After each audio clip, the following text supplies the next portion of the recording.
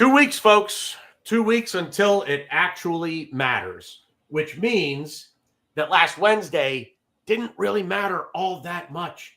So maybe let's not jump off bridges over a preseason friendly means nothing loss to that lot up the road when we're simply working on building fitness, integrating new players, working on new tactics. New kit released today, another defender linked with us, and your questions at the end of the show. It's a big one. Ryan's here. Let's get to it.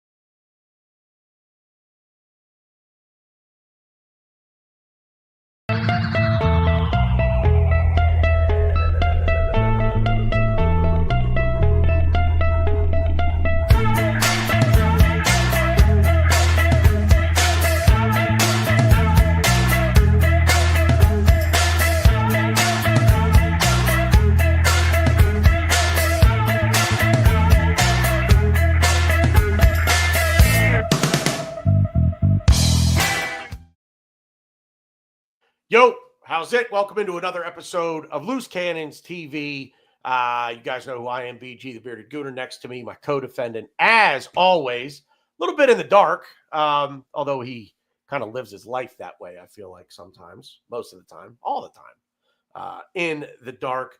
Ars Pros Ryan, all the way from Connecticut. What's up, buddy? How are you? All the way from Connecticut, like you're so far away. I feel like I'm very far away. So close, yet so far away. So I guess we'll start with Tottenham. Preseason friendly. How upset are you? Are you upset at all? Because okay. After the match, everybody jumping off bridges, man. Like it is hellfire and brimstone. People had the pitchforks out, torches, burn it down, start over again. Like I couldn't wrap my brain around. Yeah, we didn't play well. I'll grant that, but like that's what this is for. Iron these, start trying to. Okay, you know what? We saw problems. Now the coaching staff get in a meeting, sit in a room, turn the video on, and be like, okay. Let's break it down. What we do? What didn't we do? What worked? What didn't work? That's what preseason is for. I get you don't ever want to lose to those clowns, but I'd rather lose the preseason game that means fuck all than lose the first one coming up in November that actually means something. So I'm not all that fussed about it. It does kind of suck, and we didn't play well. So that's a bit disheartening, but I'm not. Life goes on. I'm cool. I'm good. I'm as the kids say, I'm Gucci. What say you? Do the kids actually say that though? I don't think so. But no. Well, the funny thing is, I don't think they're kids that say it. I think they're like 20-some clowns that say it. Sorry. Yeah. No, I'm so happy I didn't see. I thought I looked on Twitter after the game, but I guess not. I didn't see any of that. So I couldn't get away from it. I couldn't get it was one of two things. It was 75 to 80% people losing their mind, and the other 20 to 25% people losing their minds at those people losing their minds. Like everybody reel it in. But one way or the other, it was like, people, this is terrible. Same problems as last year, horseshoe of death. We can't score. We have nothing through the middle. And then like 20 to 25% of the people are like, it's a preseason friendly. You need to relax, this, that, and the other thing. Like, I don't know.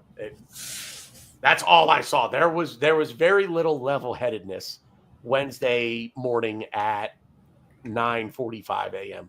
for us. It was definitely a boring game.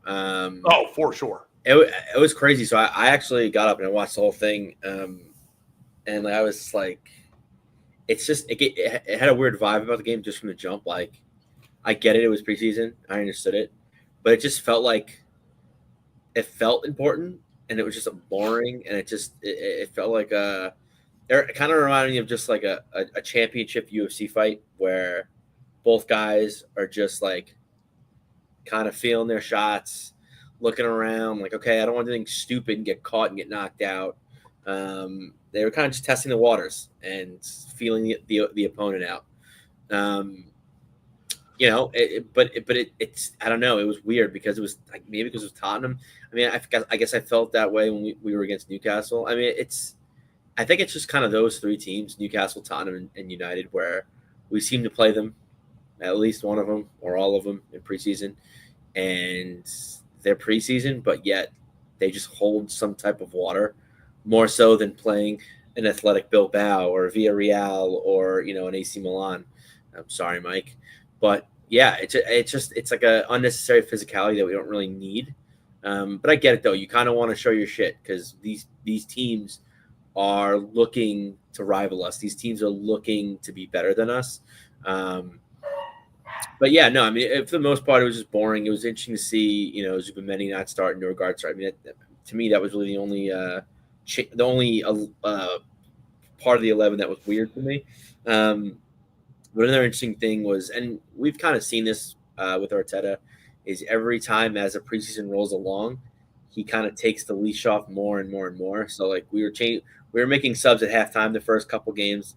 Now we made 2 subs at the 68 minute mark. Then we made a few more at the 77th minute mark. So he's kind of trying to get these guys, fitness levels up. He's kind of, in a way, like handpicking his guys that are probably going to get the most minutes in the Premier League. So I thought that was kind of interesting. But yeah, the game itself, it's whatever. And I think one thing I will say, and I did see this on social media after, was the whole, Charleston holding this trophy that they got because they won the game, which is, I think they need to get rid of that. Like you win for sure. You won a game, it's crazy. Whatever, fine. I get it. They're in Hong Kong. I'm sure to the people in Hong Kong, the Federation of Hong Kong, that set it all up and kind of ref the game and put everything together. Fine. I'm sure it means a lot to them, but it's just such a false narrative. And seeing Richarlison with that trophy and with the man of the match award, which is kind of funny because he is the reason they scored the goal. He fouled Miles and they scored. Yeah. So I guess they were right in giving, because I was like, I was watching and I was like, there's no way this guy's man of the match. But fair, he did foul Miles O'Skelly and I guess in a way assist the goal. So fine, man of the match. But I think it was just funny that he tagged Gabriel Magalhaes in it, and then Gabriel responds with all of his Premier League man of the match awards. And both fans got real into it. And I got a little annoyed too at first because I don't like Richarlison. I'm not gonna, he's scum. But so I was like, obviously like, dude, what are you doing? But at the end of the day, like, I need to take a step back. They're both friends. Apparently, people were saying that they did this like together. They said they made the post together in the same room together because like they're very friendly with each other, which is whatever, fine, I don't care.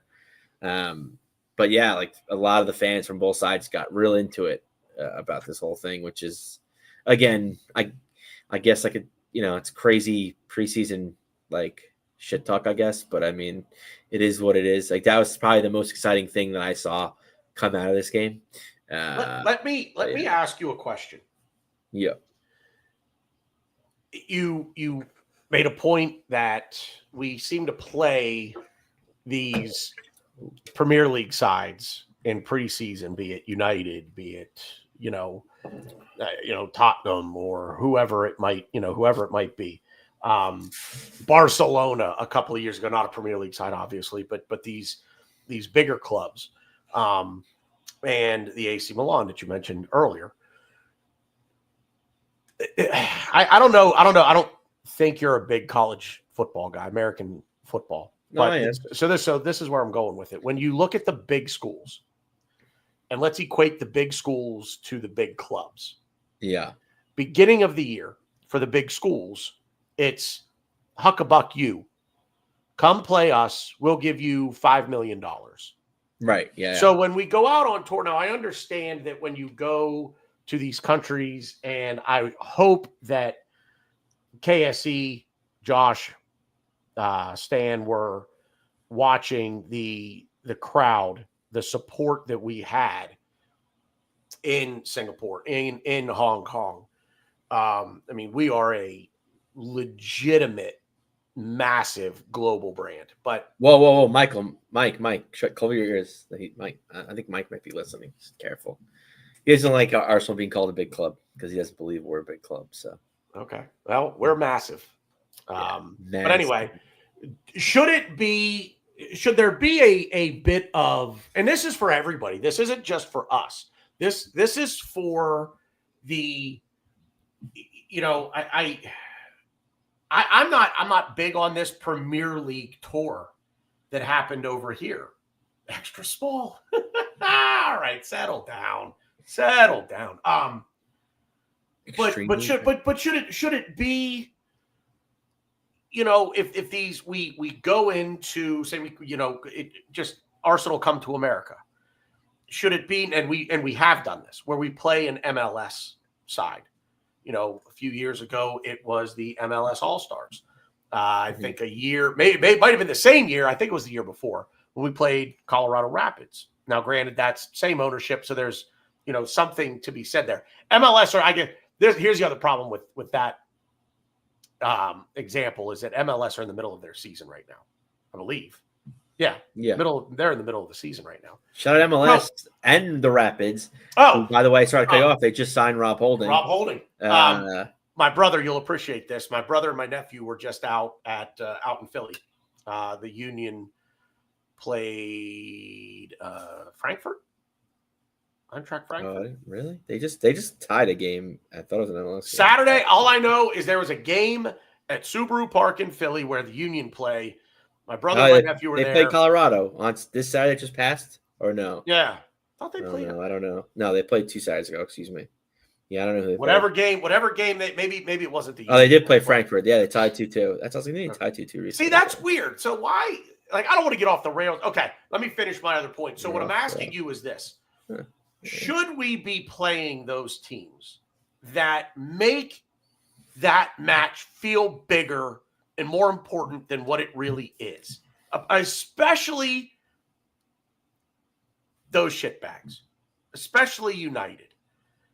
I mean, to a lesser degree, I'll say a Liverpool, although I don't recall a Liverpool preseason match in recent memory. Fuck me. Last season. Oh, my God. What? The one we went to? The one I was at last summer. Holy shit. The one we were at, actually, last season? Hey, all right. 2 things. Number 1, my head is swimming in snot right now because I've got a head cold. And number 2, my kitchen sink exploded about an hour and a half ago. So I've got the built-in excuses right now. Okay, well, so should we be playing those sides? Or is there an argument to be made to maybe help grow the game a little bit and help out these other clubs, these smaller clubs in smaller countries, smaller federations, footballing federations, Hong Kong FC, Singapore City. I'm making things up, but you understand where I'm going with this is play those teams and throw some money at them. Be like, hey, it's preseason, but we'll give you $1 million and we'll fill the stadium, or is football just so greedy that we don't want to do any of that? And the reason I bring the college football, American football thing into it is because that's what the big schools, Alabama, Michigan, Ohio State, Texas, those schools, they all do that. So because these games against other Premier League sides or, big European clubs, Barcelona, AC Milan, whatever the case may be, they just feel more important than I think what they really should. The counter argument to that would be, real quick, and then I'll let you jump in. Counter argument to that would be, well, look at, let's say, NFL preseason, Major League any of the big 4 American sports. There is none of that. They play each other. So what's your take? Are you because you did say that it makes it feel bigger and more important than what it is. So should we not be playing those teams? Should we be looking to play another local team wherever we're touring and sort of put them on stage, put them in the spotlight with us? So as a fan, and I guess I want to say, speaking on behalf of these countries, like, Hong Kong and, Singapore, to me, the move is just to go to the country. I don't know. I don't know how much money is exchanged. I don't know if we would pay the teams money. I think, I don't mean this in like a mean way, but I think just the thought that these players, you go back to, Man U at the end of May, they played some All-Star team in Asia, and then they played Hong Kong. They lost to the All-Star team. They played Hong Kong. I don't know if they gave them money, but I think just like the fact that you're playing against Man U, you're playing against these big clubs, you're bringing in ticket sales to your stadium. You're selling whatever concessions that you have, merchandise. So I don't really know if the club, like a Man U or like an Arsenal, have to pay them. I mean, they do. I don't know how that works. But to me, I think that's just always the way you go. To play the bigger sides. No, I think you. Oh, you're agreeing Hong with Kong. You okay. play. Okay. You play the MLS All Stars. You play the Colorado Rapids. But again, it's so weird. It's like a double-edged sword because when you do play Hong Kong and you do play the MLS All Stars, they're going to be playing harder.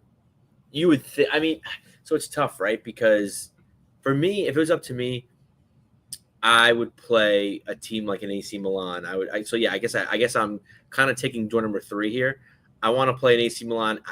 Maybe a Barcelona. I want to play teams that are, Birmingham, like teams that are big-ish, but not teams that are trying to prove a point. I think Birmingham could be one of those teams that's trying to prove a point, which it's preseason. We're worried about fitness. We're worried about what signings we need to make, what tactics we're going to try, formations we're going to do. I don't need to worry about players getting two-footed and tackled. And I think when you play a team like a Birmingham, I think it's those 3 teams in particular, the Tottenhams, the Newcastles, the Man U's of the world, you have to worry about that.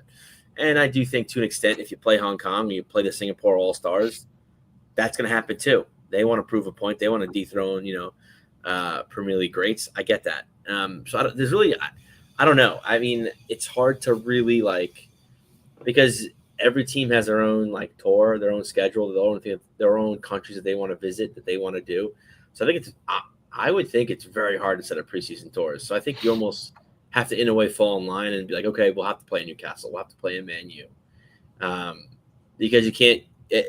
Because I guess if I had to choose at the end of the day, I'd rather play in Man U than a Hong Kong, because I do worry about a team like Hong Kong. Yeah, you may beat them 5-0, but you're gonna have several players with knocks and niggles,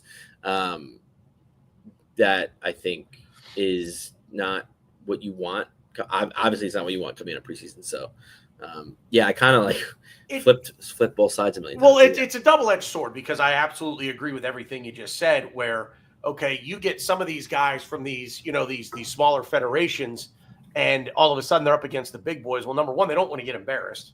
Yeah. And number 2, they're trying to make an impression, because who knows, you make an impression, maybe all of a sudden you're being looked at a little closer by one of these big clubs to come in and maybe make an impact for them. I don't know.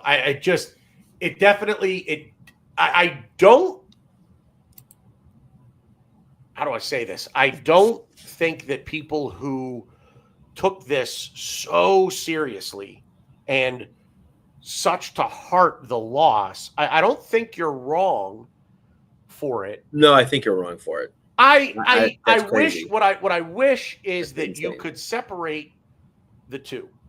I wish you could look at it and say, I want to beat them, but I'd rather come through it healthy. No, I don't even care if I literally could care less that we lost. I see. I could too. I could too. I'm with you. I don't really. But I'm just saying, for those folks who it's just the first thing they see is that badge, and it's, I don't care, win this game. You're out of your mind for that. I get it. I do get it. I can wrap my brain around it. I don't care. I don't. Now, if they beat us like 8-0, that's okay. That's a different story.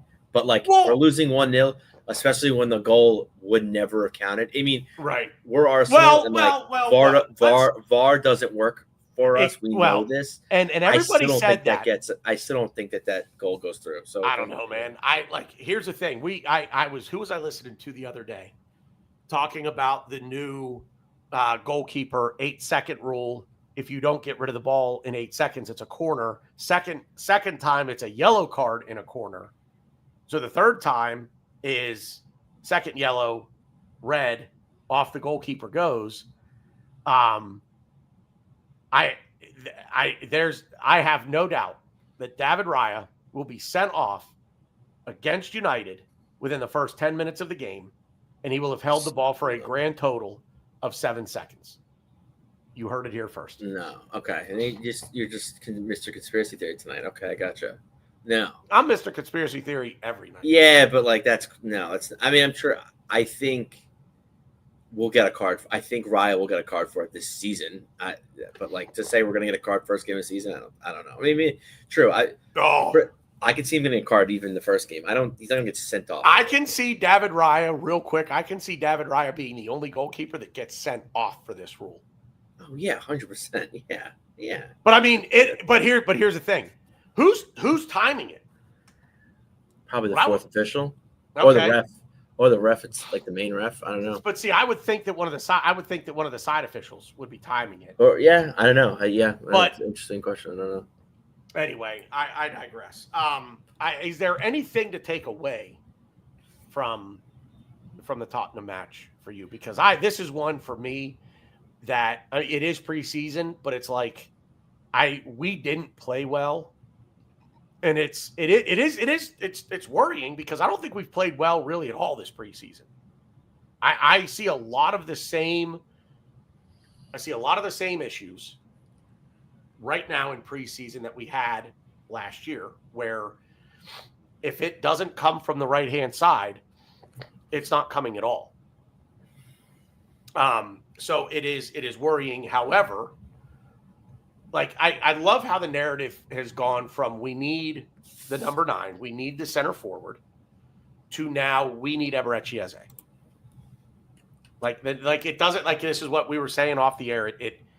It doesn't matter how many new players come in. We're always going to need one more. There's just a department of this fan base, and I think fan bases of probably every club that just simply look at the team and say there's one more player out there to get. And I don't subscribe to that. I want Eberechi Eze because I do think we need him. I think he would be very useful and would unlock a lot of things for us. But if we go and we get Eberechi Eze, and that's the last signing that we make in this summer window, there can't be any more of this. Oh, well, we didn't get Rodrigo. Oh, we didn't get Rafael Leao. Oh, we didn't get this player. We didn't get Jérémy Jacquet, the defender. We didn't get this. We didn't do that. There just comes a point in time where the players and the coaches have to figure it out. The players that are here, they have to figure it out. Which will segue nicely into the tactics. And I'm just kind of bringing it up. I don't know what they're doing. I don't see training.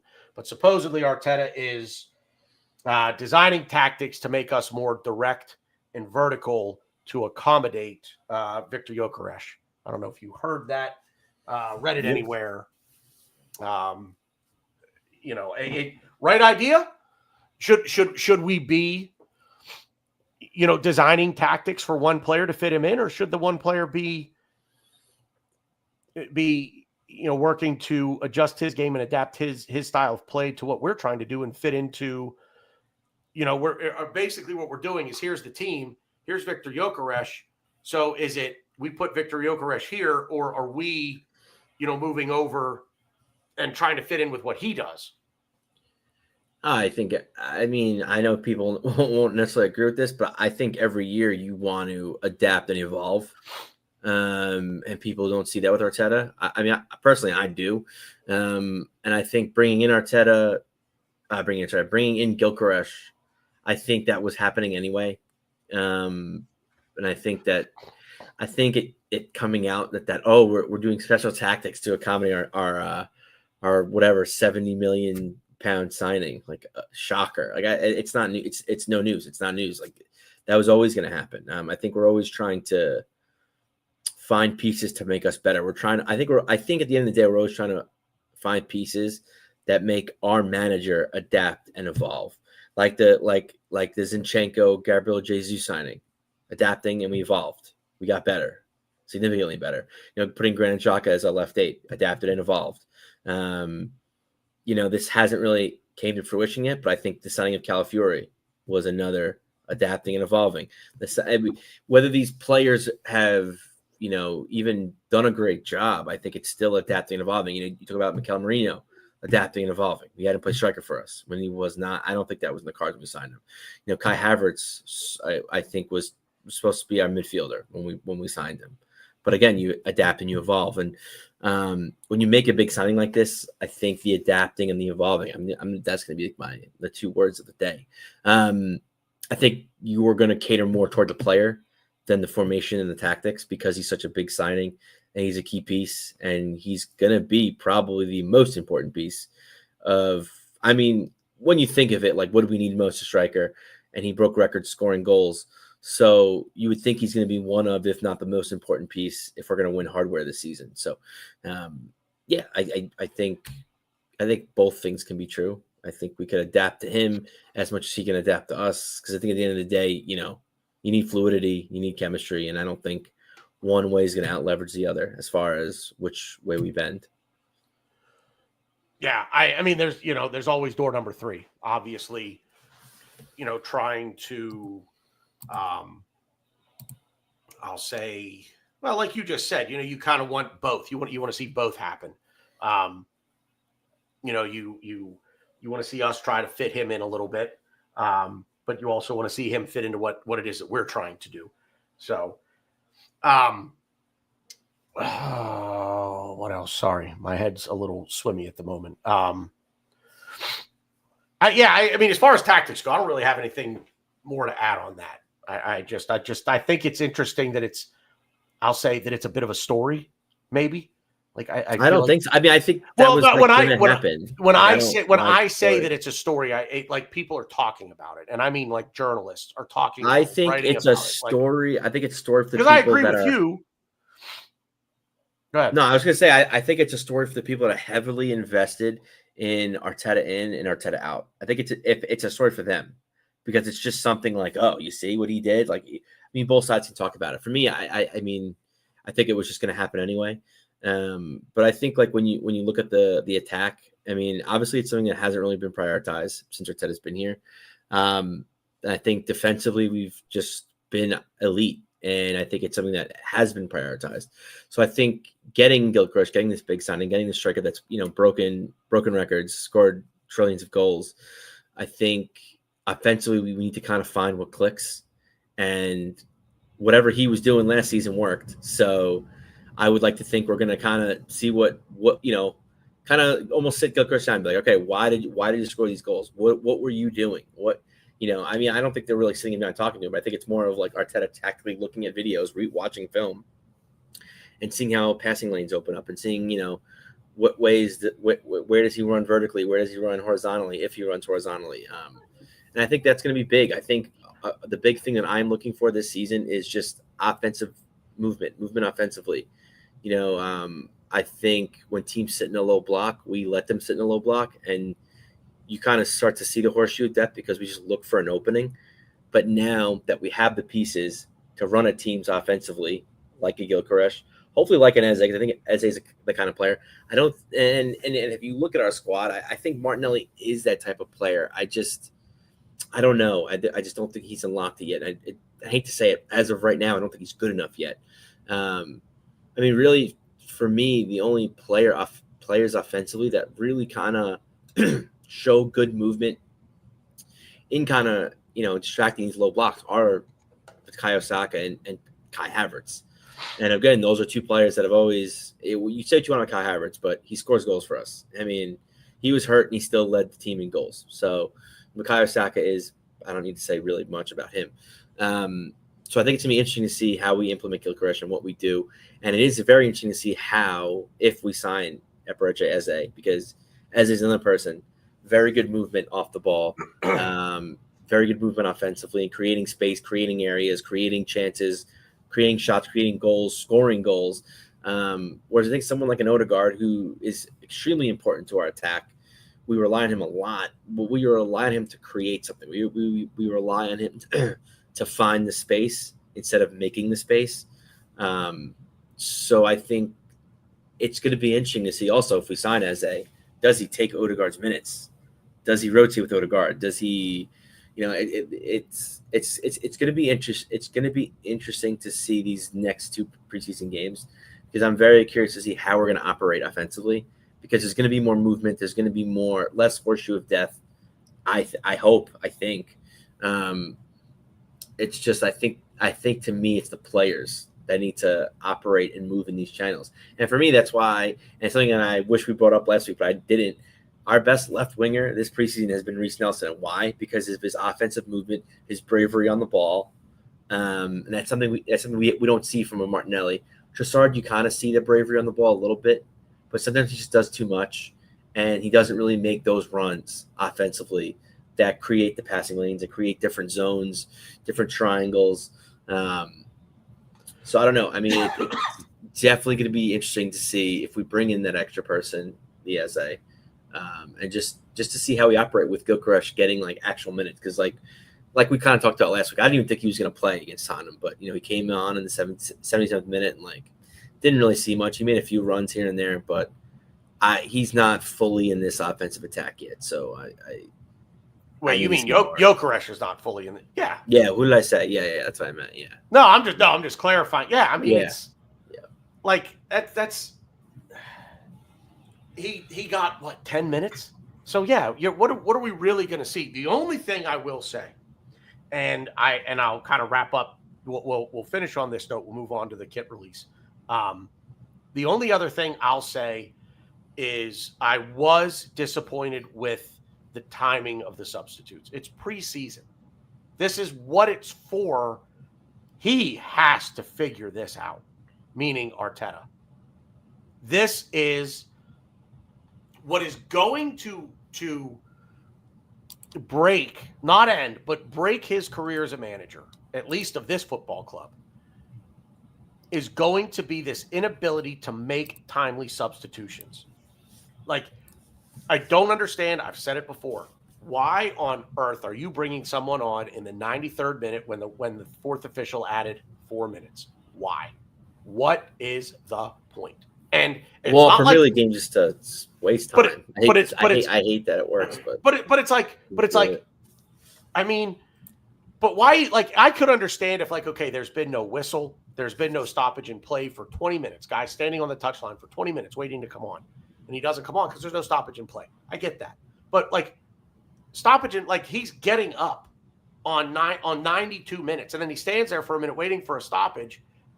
And then he comes on with 1 minute left. Like, why? What is the point of that? To time waste when you've got 1 minute left? Get it over with. Get it over with. I bet we're not the only team that does it. So no, I know. But to the bigger point of the substitution thing, like, it's preseason now. Gyökeres coming on with 10 minutes left. That I don't have a problem with that because he just got there. But other substitutes coming on at 75 minutes. Why? Why are they not coming on at 60?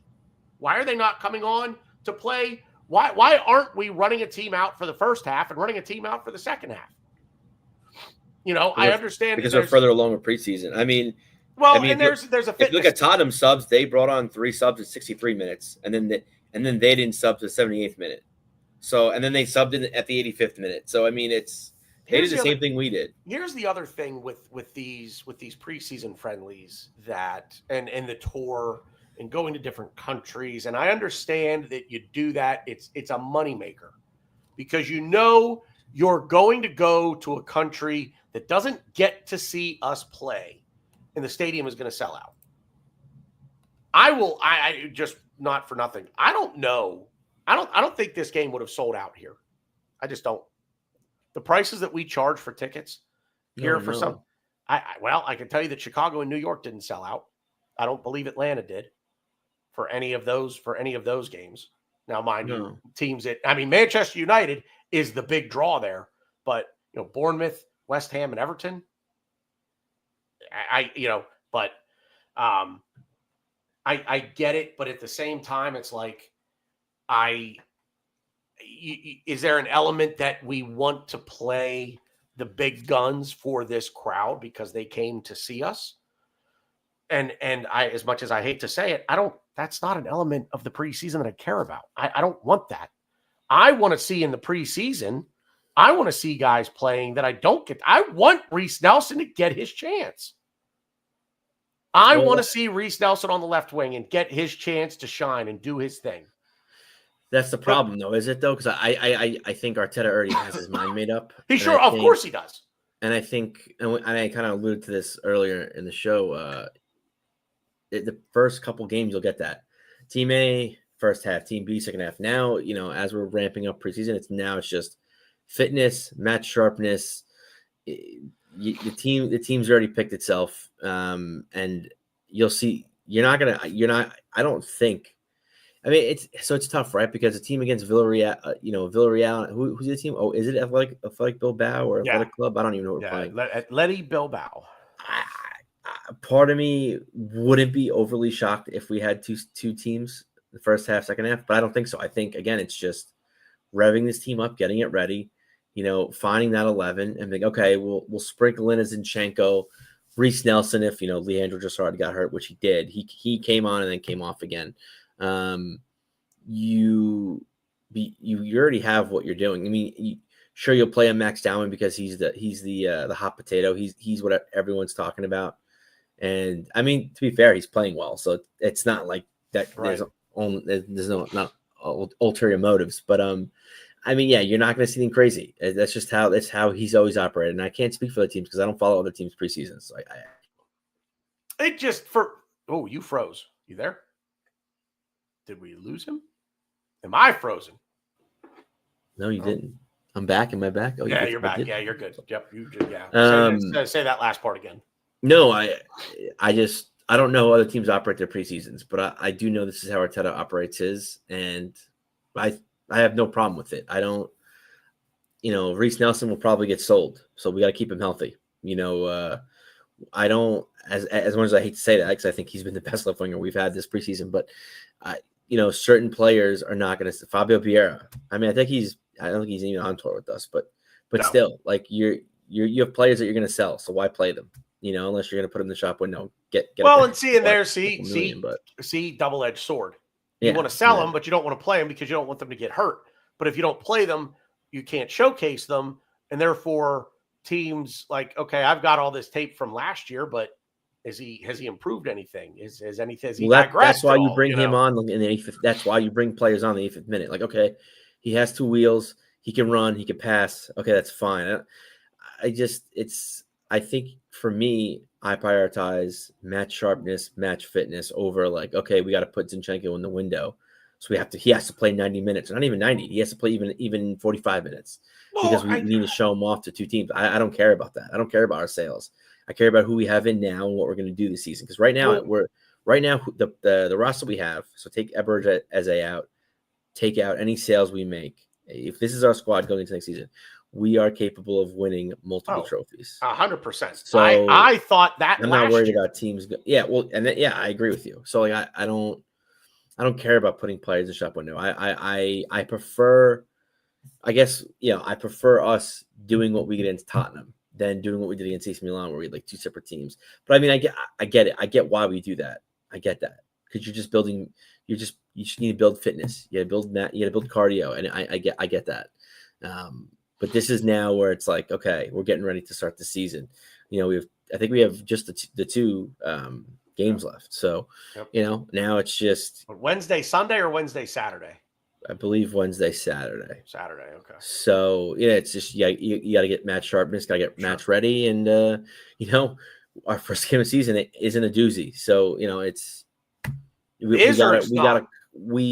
It's not a doozy. So, well, I guess it is it's not an easy game is what I meant to say. I don't know why I said doozy.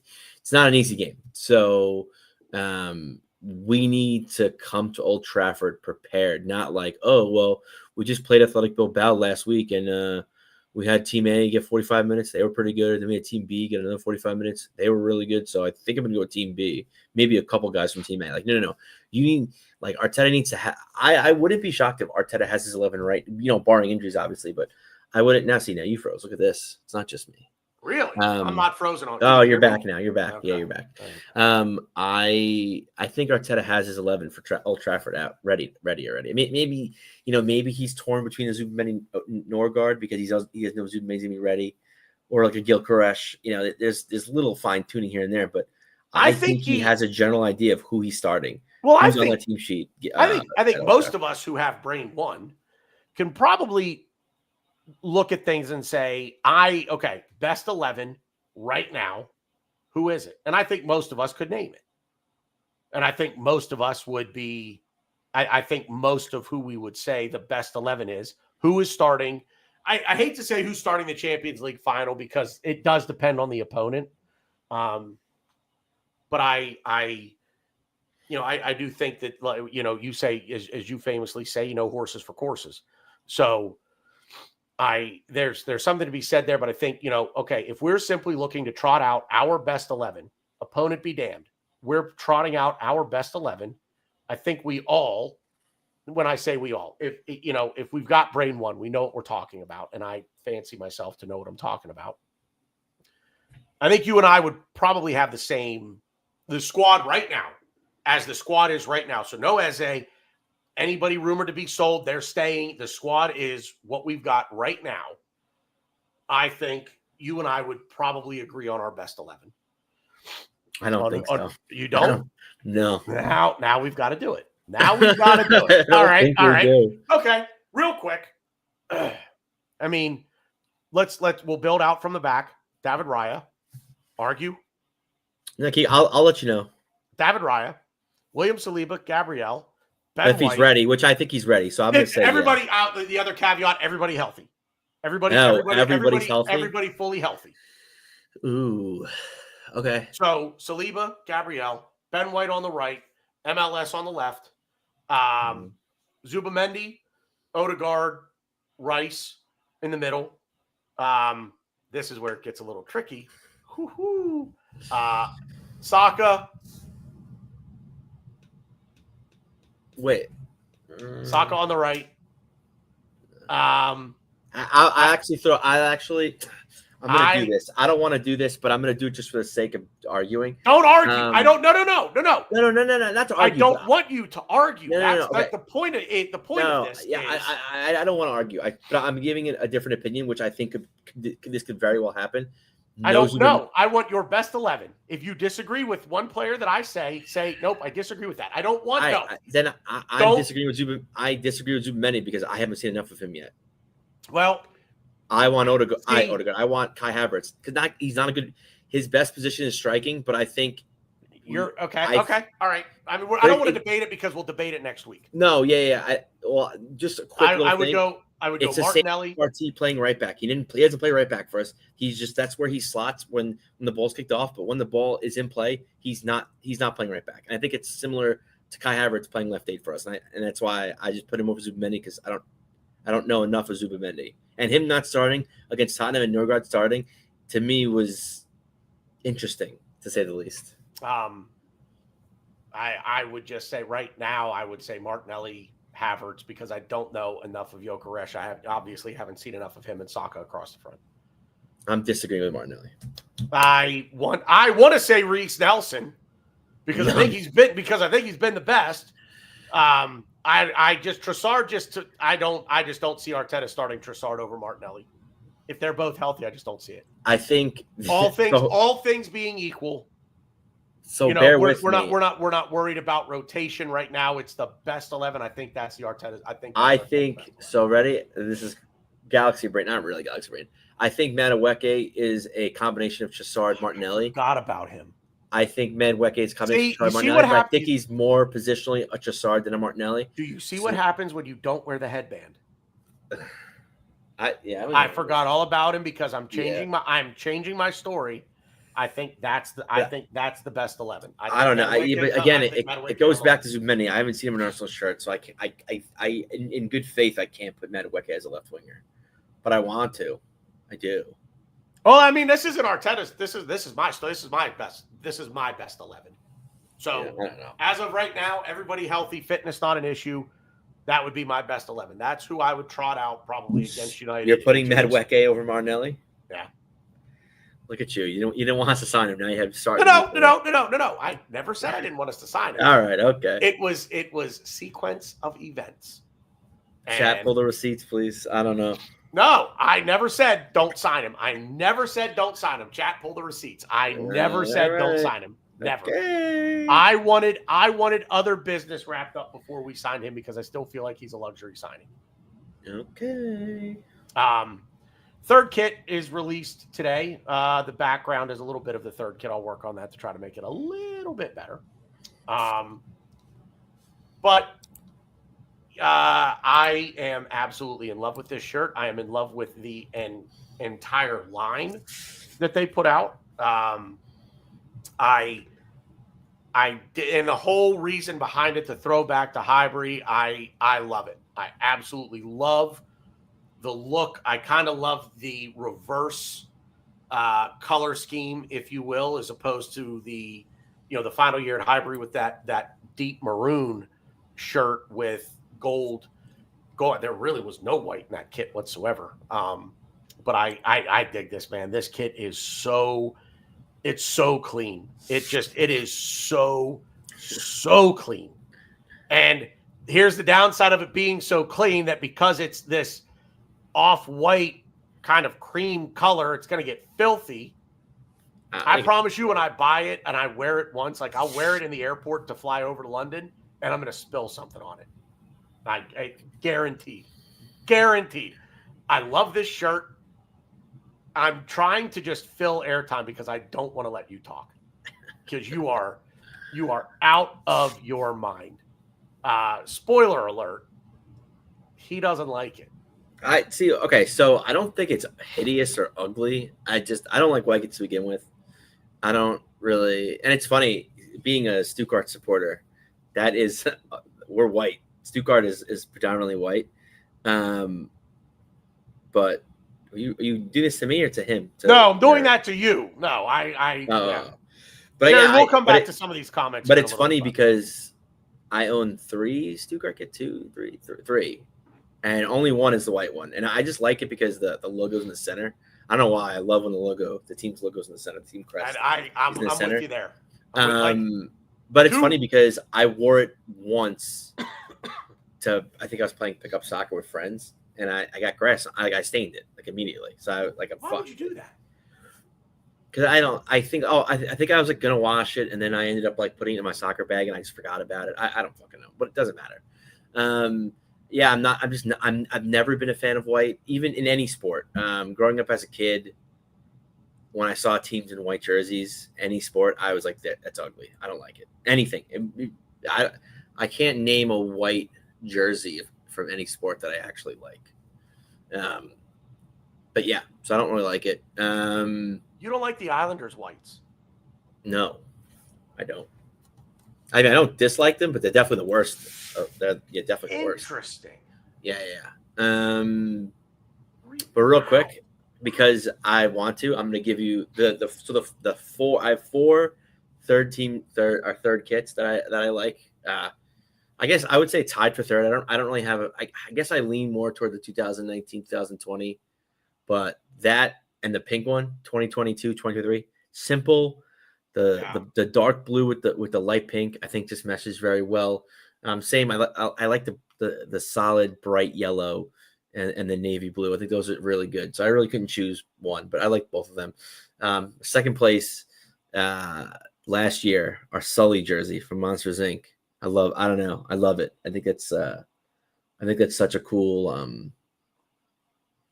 I don't know. I just think it's cool. I just like it. And then my favorite third kit is I mean, come on. This is, people make fun of it. They say it's like a train seat design or bus seat design. I love this. It's crazy. It's bright. It's in your face. It's kind of what I like. I like bright. I like cool designs. I think it's a relatively cool design. Also, sentimental too. It's the year I got married. This was the third kit. My parents got this for me as a bridal shower gift, which I didn't expect to get anything from bridal shower. So I was like, whatever. My parents were like, oh no, we got you a little something. And they got me this. So it meant a lot to me. So it was cool. So yeah, but I mean, this for me, like looks wise, this is for sure my favorite third kit. But yeah, I don't hate it. Like we definitely have other kits that are uglier. Don't get me wrong. But I don't like white. I've never liked white, never will like white. I will say the one white kit that I didn't hate, and my wife knows because every time they're on TV, I would gossip about it because I've known to hate white kits so much that when I see a white kit I actually do like, I have to like brag about it. I think it was it the last time they were in the Premier League or maybe the time before, Leeds United. They had this cream off-white kit with blue and yellow. It kind of honestly looks like the Los Angeles Rams jerseys from a couple seasons ago. I don't like white. I like I don't know the difference between off-white and cream white. Yeah, I bet they do. So coming from never mind. Yeah, no, so that's like the only white kit I could safely say I was like, oh, I really liked it. And yeah, that's another thing. And I've had conversations with 3 Point Sniper about this at length. I do not. The collar is to me the worst part of the whole thing. The collar is extremely long. It looks like it's gonna just burst out with wings and you're gonna fly away. So yeah, no, not for me. I'm big on it. Mike knows. Mike in the chat knows I'm big. The collar can make or break a shirt for me. But all right. Horrible collar. Here's the thing on the collar. If you're not going to do the collar like that, then just make it a round collar. I absolutely hate shirts that look like they have a V-neck collar, like where like it overlaps. It's stupid. Oh, it's so bad. I have an Arsenal jersey. It's like that. One of the yellow ones is like that. I have. It's annoying. I probably have. I like it better than this collar, but yeah, I see. Like it. I like and here's the other thing too. What I like about this shirt is it doesn't. This is going to sound weird. Maybe. I don't know. I like that it doesn't look like a football shirt. It doesn't look like a football kit. It looks like a shirt that you could theoretically, like, you could golf in this shirt. You could wear it. Yeah, exactly. Like a nice summery dinner. It looks like a shirt you wear to Wimbledon, which sure. I'm never playing tennis. I'm not playing in a tennis final. I don't need. What do I care? What do I care? It doesn't look like. If you're gonna do like, I would like one shirt every year to have the collar because I dig the collar. I dig the collar. Crazy. I think that's where. But I would not. But here's the thing: I would not want it on every shirt. Like this year's away kit, the one you're wearing right now, I wouldn't want that collar. I would not want a collar on that shirt. I like that. Yeah. You know what I'm like. So it's kind of all in. You know what? How does the rest of the shirt look? With this shirt, I think the collar works. And I do like a collar. I just don't like it on everything. I also specifically like there's no button on the collar. It's got that little bit right in the middle where there would be a button, the little maroon piece, which is, I don't know, man. I think this shirt is just top class. Just absolutely top class. I won't buy this year's home kit. I'm not buying the away kit. I'm buying this one. That's crazy. I'm buying the other two. Now I'm buying. This is the one. That's crazy. Now, dude, the third kit reminds me of something my dad wore to like summer camp, and I found it out of the closet. Like, oh, look but the away kit looks. It's a brighter blue than what you're wearing right now. Yeah, like the away kit it's been done. You're wearing. No, completely different. See, the blues are similar, completely different kit. How? Dude, the red stripes. I'm looking at the. Oh yeah. The red stripes are great. The old school logo cannon. I don't know, man. It's silver. Oh, I like blue and silver too. I mean, this is kind of there's no silver in this one, but To me, it's. I think that's why I like the away kit because it's very reminiscent of this kit, but they're different. To me, they're completely different. They're not completely different. They are different, obviously, but they are Yeah, not. they're not completely different because they're both blue. Yeah, I guess if you want to go semantics here, but to me, they're different. I mean, the design is the same. The lightning bolt. No, Yeah. I don't see lightning on this. What do you see? Looking at the away shirt right now. I don't see lightning. Almost look like they look like mountains. The way they're fucking. Zigzags. Yeah, but like they're not. They're like forming like triangles almost. It's different. It's completely different to me, and that's fine because luckily opinions. Are I don't like know. assholes. I don't know. Mikey, I think the last yellow away kit, if I'm not mistaken, was it the third kit? It might have been Adidas' first year with us.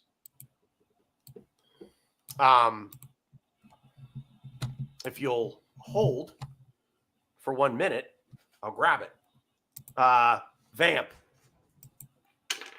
I think. Well, you can't. You don't know what kit I'm talking about. So the away kit from 2023, 2024, that was technically yellow. It's like highlighter yellow. I wouldn't count that. But no, I'm looking at the kits right now. It's a shame that he's going to go get it. I think he has this one. It's the 2021-2022 away kit, which it's like kind of like a dull yellow. I don't hate the kit. The one kit I do want to get, and it's funny. It's the same year as the blue and yellow kit, the 2019 to 2020. Yeah, see, that's what I was just going to talk. That's not the last yellow kit. The one behind it is the last yellow kit. Yeah, but this was the third kit, wasn't it? No, they're both away. This was the third kit of the dull this one? Same year. Yeah. Oh, okay. Oh yeah. So and then to Mike's I like that. I loved both of these. So it's funny. Those are the two kits, Emirates era kits that I want that I don't have yet. I want to get those. Yeah, my friend has the yellow one in a Pepe, and I was like, he's like, dude, I can get you a good deal. And I'm like, I don't want Pepe in the back of my jersey. Yeah, right. That was when he was still on the team, but yeah. But yeah, what I will say to Mike's comment, I agree. I think as much as I love it's so funny. I love the blue kits that we've came out with the last few years. I don't want us to wear blue. I think blue, because I think obviously when we talk Arsenal, red, we're red. And to me, the opposite of red is blue. So I don't know. I don't like the blue, which is funny because I when we come out blue kits, I just like them aesthetically to the eye. But I really want to see us wear yellow. Yellow is my lucky color, so I definitely want more yellow kits in our future, and hopefully Adidas can bring a yellow kit next summer. I don't know. What were you? I'm sorry, I didn't mean to. No, I was gonna say I think we should have home red, a yellow away, and the third should be a crazy design, but like a dark color, what year was it? I'm looking right here. What is it? I can't do this thing. Is so zoomed out. 2027, 2018, where it was black and pink. That'll probably be my fifth place kit. I like that. Like something just dark and just unique. And yeah, that one. Like something dark, unique, different. You're gonna wear it. They only wear it like 3 or 4 times, so it's not the end of the world. But I like that. I want red home, yellow away. Third kit is just a dark color, like a black and a pink, or like the one you just showed, like a navy and a solid yellow. Boom. Well, the one I just showed, that is basically, it would be a variation on what this year's third kit is because it's yellow and maroon. What kid you just showed? What are you talking about? All right, this is yeah. All right. It's not blue. It's maroon. I know it's hard to see. So what are your top 3? Away ones? No, third kit. Probably. See, I'm torn between the dull pink and the one you were just holding up, the navy and the yellow. I'm torn between those two. Second place is going to be Sully, or I don't know. Honestly, out of those 3, I could mix and match. but I like this one the best. That's why I wore it. What's the Sully kit? The Sully kit's last year. Last year's third kit. Okay. Yeah. What was the other one you said? Teal and the purple. Yeah. What was the other one? This is my favorite right here. The one I'm wearing. So, I do love that pink and blue one. That pale. Yeah. I love that shirt. That's what 2022, 23, or was that 2 seasons ago? Was it? It's 22, 23. Yeah. The one you're wearing is 21, 22, correct? Yes. I have 1920s third kit because I just showed it. Man, oh man. The yellow one that I showed 2012-13 with the maroon trim on that. I don't know. You know what? 2 years ago, 23-24, the green and blue, like it's not even really green. It's the shirt that I have, the Mo El Neni shirt that I have. You know you remember which one I'm talking about? Oh shit. Just what year? I have it up. 2 years ago. 22-23. Green. No, that's last year. The 23-24. Or two. Yeah. Okay. Never mind. Yeah. I never mind. Yeah. Yeah. Oh, that. Yeah. 2 years ago's third kit. Everyone likes that. I like that one. See, it's got the button and the collar. It does. On that one, I didn't hate it. It's weird, but I didn't hate it. I just okay. Now these are all rounded collars though. See? Yeah. Boy, talk about staying true to what I said. Round collar, round collar, round collar. If it's going to be collared, make it collared. Don't make the collar weird. That's I can't. I hate that. So 2019 20s home shirt, I think, had a goofy overlapping collar to it. Don't do that. Just make it a round collar.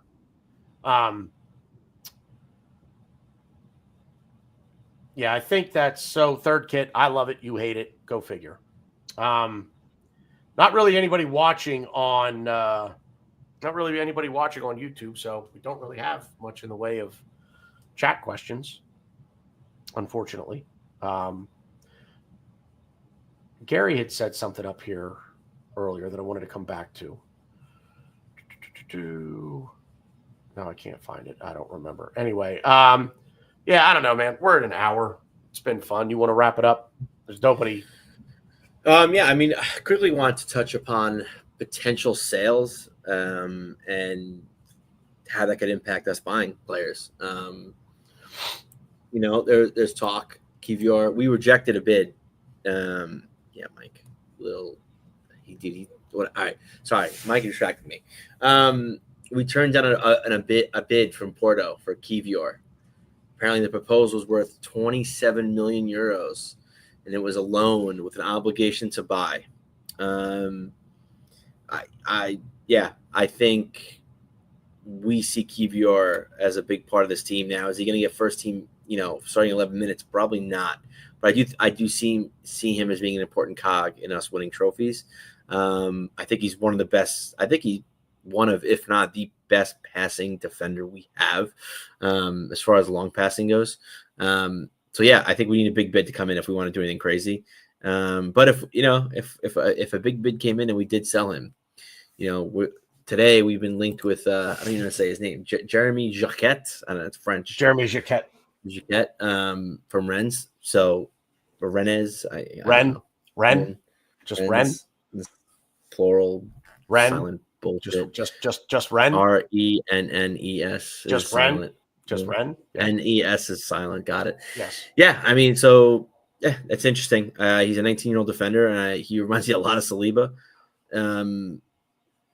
But yeah, he's one that I don't think about. Like when highly touted Saliba was someone we were signing, he was in our system being loaned out for 4 years before he even really got a chance to play on the first team. So this is a player I'm not worried about. Be a nice addition to the team, but I wouldn't expect any minutes out of him. But I think he's definitely one for the future. So I think it's interesting that we're linked with him, given that, we're expected to sell potentially Zinchenko, potentially Kivior. I don't know. I don't think we sell Kivior unless a real big move, comes in for him. Because we just rejected a loan with an Oblo, 27. And he's worth over 30, I think. So it'll be interesting to see if another squad comes in for him, and then just really quick, I also want to touch. Speaking, we spoke about Stuka earlier. Apparently, in talks to sign Fabio Vieira. So, and it's a permanent deal.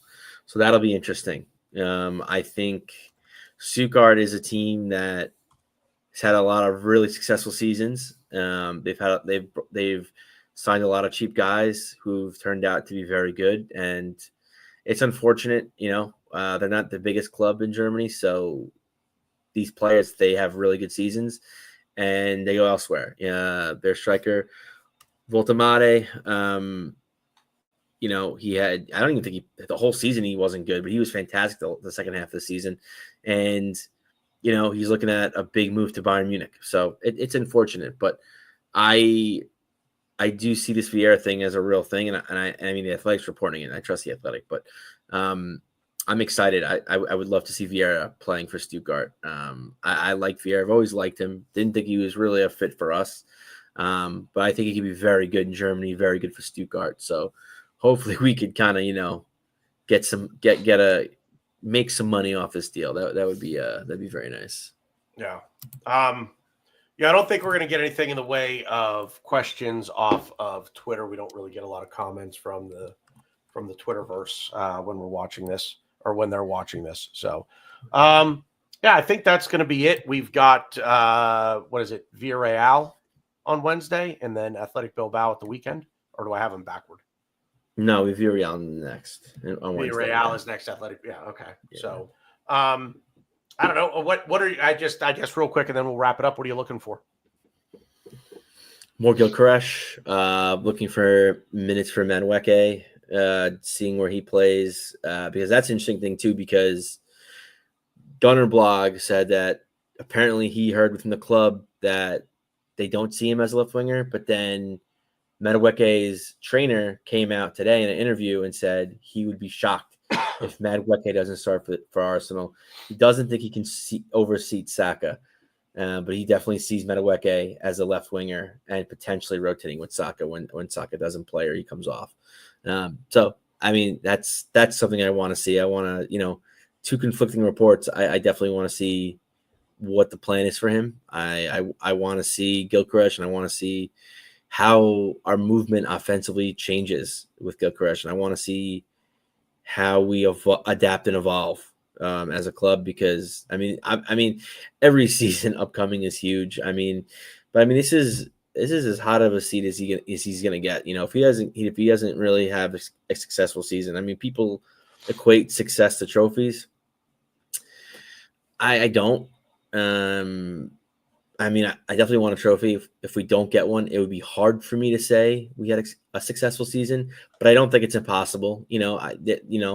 There's scenarios. Are they crazy scenarios? Yeah, they're crazy and rare and probably not going to happen. There's scenarios where you could win almost every game, and yet there's just one team that's just a little bit better than you, and you lose out. So,